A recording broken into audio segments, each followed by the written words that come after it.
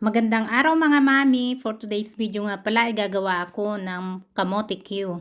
Pero kakaiba nga pala yung aking kamote Q na gagawin kasi nilagyan ko ng butter. Ito nga pala yung butter kung paano ko ginawa. Ayan, 1/2 cup na harina, 2 tablespoon na sugar, tapos yung desiccated coconut. Pinaghalo ko yan. Tapos nilagyan ko ng konting baking powder. Tapos ayan, hinalo ko. Tapos nilagyan ko ng 1 cup na tubig. Ayan guys. At pagkatapos nga pala nyan na aking nagawa, ilalagay ko na ang aking kamote.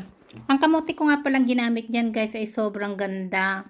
Kasi kulay ubi yung kamote na ito. Ubing-ubi talaga siya. Ayan, pag naluto siya ay talagang ubing-ubi ang kulay. Ayan, isinulbot ko yan isa-isa dyan. Tapos ilalagay ko na sa mainit na mantika.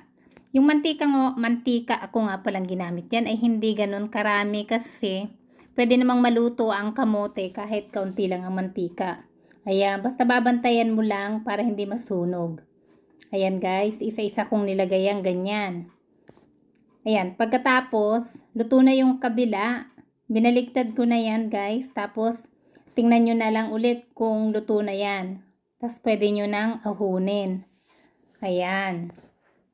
Napakasarap ng ganitong luto guys. Kakaiba. Napakalutong pagkatapos mong maluto. Tapos yan, ilalagay ko nga pala yan sa paper towel para yung excess na mantika na nakadikit dyan ay matanggal.